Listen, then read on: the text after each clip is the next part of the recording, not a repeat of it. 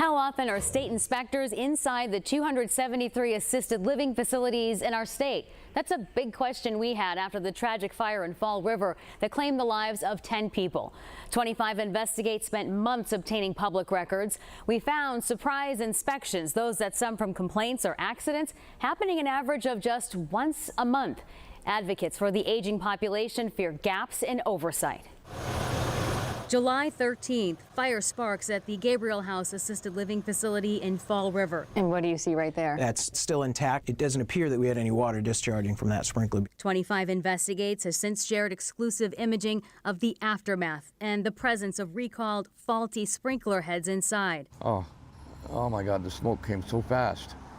So fast. Survivor Michael Pimental still reeling from the images we uncovered. Our safety is involved, and these people swore an oath, basically, to take care of us. In the days after the tragedy, Governor Maura Healey and state leaders announced steps to improve safety, requiring facilities to send letters to residents and families outlining safety protocols and evacuation plans, and sending facilities mandatory safety assessment surveys. And the Secretary of the Executive Office of Aging and Independence, Robin Lipson, said this. At a minimum, our team that certifies these residences do a visit, a very in-depth visit with a full day or two of preparation before an actual site visit. They do that at least every 2 years, but we have the authority to go out unannounced and more frequently than that, and we do. So just know that that's baseline.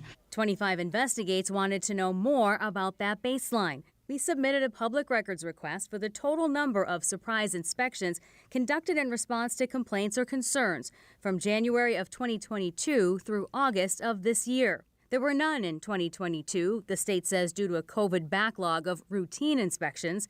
But we found 19 in 2023, 16 in 2024, and 6 as of August this year.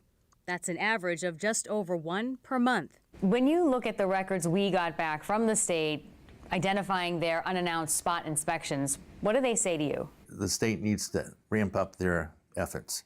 We brought our records to Paul Lanzikos with Dignity Alliance Massachusetts. The organization works to improve care facilities and services for the aging population. Limited, lax, not sufficient. Meaningful change needs to happen now. Dignity Alliance is pushing for better state oversight. We don't have adequate transparency, and we don't have adequate staffing. Aging and Independence Committee Chair, State Senator Pat Jehlen, says the Office of Aging is working on new regulations. The process started before the Fall River fire, but no doubt will be influenced by what happened there. It's terrible that it took a tragedy to get us to pay attention. Thanks, Governor, and thanks for that question. Secretary Lipson declined 25 Investigates' multiple requests for an on-camera interview.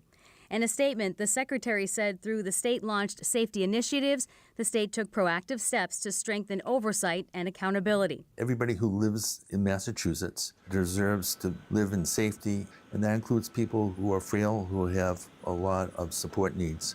Since 2024, the state's been conducting routine compliance checks without prior notification. The state conducted 131 routine checks that year, 114 so far in 2025. According to state records, none of those were at the Gabriel House. The residents would have been up for recertification this month. For 25 Investigates, I'm Carrie Kavanaugh.